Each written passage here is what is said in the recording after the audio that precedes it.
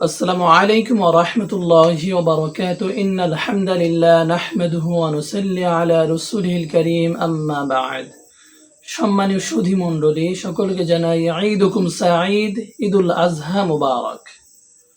এই ঈদটি আমাদের নিকটে আসে আনন্দ এবং উল্লাস এবং ইবাদত নিয়ে।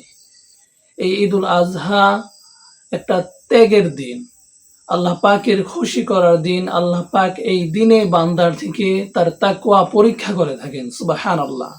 কোরবানি মানে হচ্ছে কোরবান করে দেওয়া, তার প্রিয় বস্তুটাকে সে কি করবে, কোরবানি করে দেবে, সেটাই হচ্ছে মূল লক্ষ্য। আমরা কোরবানির দিনে করণীয় সমূহ কি সেই বিষয় নিয়ে আলোকপাতে প্রয়াস চালাবো ইনশাআল্লাহ। চলুন মূল ভিডিও শুরু করা যাক।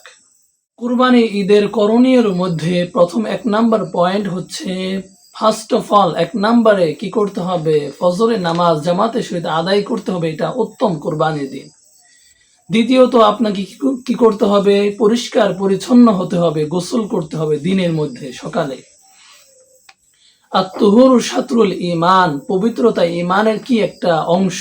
এখানে আপনাকে কি করতে হবে, সুগন্ধি ব্যবহার করতে হবে, পরিষ্কার একটা জামা পরিধান করতে হবে এবং নতুন পোশাক পরিধান করতে হবে। তবে আপনাকে মূল লক্ষ্যই একটা, আপনাকে পবিত্র পোশাক পরিধান করতে হবে। 3 নাম্বার আপনাকে কি করতে হবে, আপনাকে ঈদগার মাঠে যেতে হবে নামাজের জন্য। এরপরে 4 নাম্বারে হচ্ছে কিছু খাবার না খেয়ে ঈদগার মাঠে যাওয়া, নামাজ আদায় করা এবং কোরবানি করার পরেই খাবার খাওয়া। আল্লাহ রাসূলের একটা হাদিসের মধ্যে হাদিসখানা রয়েছে, এটা করা সুন্নাহ, যে ব্যক্তি কোরবানির দিনে খাবার না খেয়ে ঈদের নামাজ আদায় করে কোরবানি করে এরপরে খাবার খেলো, এটাই হচ্ছে সুন্নত। তবে সাধারণ ক্ষেত্রে যদি কেউ খাবার খেয়ে যায় কোনো সমস্যা হবে না। 5 নম্বরে হচ্ছে কি করা, কোরবানি করা। কোরবানি দোয়া হচ্ছে বিসমিল্লাহি আল্লাহু আকবার, অর্থাৎ আল্লাহর নামে শুরু করে প্রিয় বস্তুটাকে জবেহ করবে। কোরবানির মূল 3টি বিভক্ত হচ্ছে উত্তম, যে 3 ভাগে বিভক্ত করা, এটা করা কি উত্তম। 1 নম্বরে ভাগ হচ্ছে সে নিজের জন্য রেখে দিবে, এটা হচ্ছে 1 নাম্বার। 2 নাম্বার হচ্ছে আত্মীয় পরিজন বন্ধু বান্ধবের জন্য 2 নাম্বার বাগখানা রেখে দিবে। 3 নাম্বার গরিব মিসকিনদের মাঝে বিলিয়ে দিবে। তবে যদি তার একান্ত পরিবারটা বড় হয়ে থাকে তাহলে সে কি করতে পারে, তাহলে সে গোস্তখানা রেখে দিতে পারবে, তবে কোনো সমস্যা হবে না, কোরবানি হয়ে যাবে। তবে মূল লক্ষ্য এটাই উত্তম যে 3 ভাগে বিভক্ত করার পর 1 ভাগ সে নিজে রেখে দিবে, 2য় ভাগ আত্মীয় স্বজন বন্ধু বান্ধবের মাঝে বিলিয়ে দিবে, 3 নাম্বার ভাগটি হচ্ছে গরিব দুঃখীর মাঝে কি করবে, বন্টন করে দিবে। 6 নাম্বার মূল বিষয়টি হচ্ছে যে তাকবীরে তাশরিক পড়া। এটা কখন থেকে শুরু হবে, 9 জিলহজ থেকে এটা 13 জিলহজ আসরের নামাজ পর্যন্ত এই তাকবীরে তাশরিক পড়া। যেমন আল্লাহু আকবার আল্লাহু আকবার লা ইলাহা ইল্লাল্লাহু ওয়াল্লাহু আকবার ওয়ালিল্লাহিল হামদ।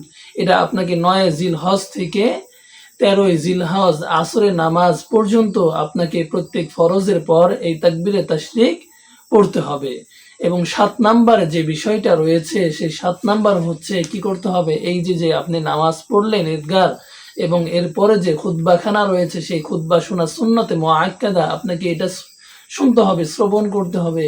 এবং খুতবা যখন পাঠ করা হয় তখন আপনাকে কি করতে হবে, নড়াচড়া না করে একান্ত মনোযোগ দিয়ে সেই খুতবাখানা শুনতে হবে। অতএব কোনো বেয়াদবি করা যাবে। 8 নাম্বার সর্বশেষ বিষয়খানা হচ্ছে, পয়েন্টখানা হচ্ছে যে ঈদের দিন আত্মীয় স্বজনের খোঁজ খবর নেওয়া, সদাচরণ, ভালো ব্যবহার করা, তাদেরকে আপ্যায়ন করা, তাদেরকে দেখতে যাওয়া। এই কোরবানির করণীয়র মধ্যে বিশেষ একটি দিক হচ্ছে এই কোরবানিটা মূলত আমাদেরকে পরীক্ষা করার জন্য আসে।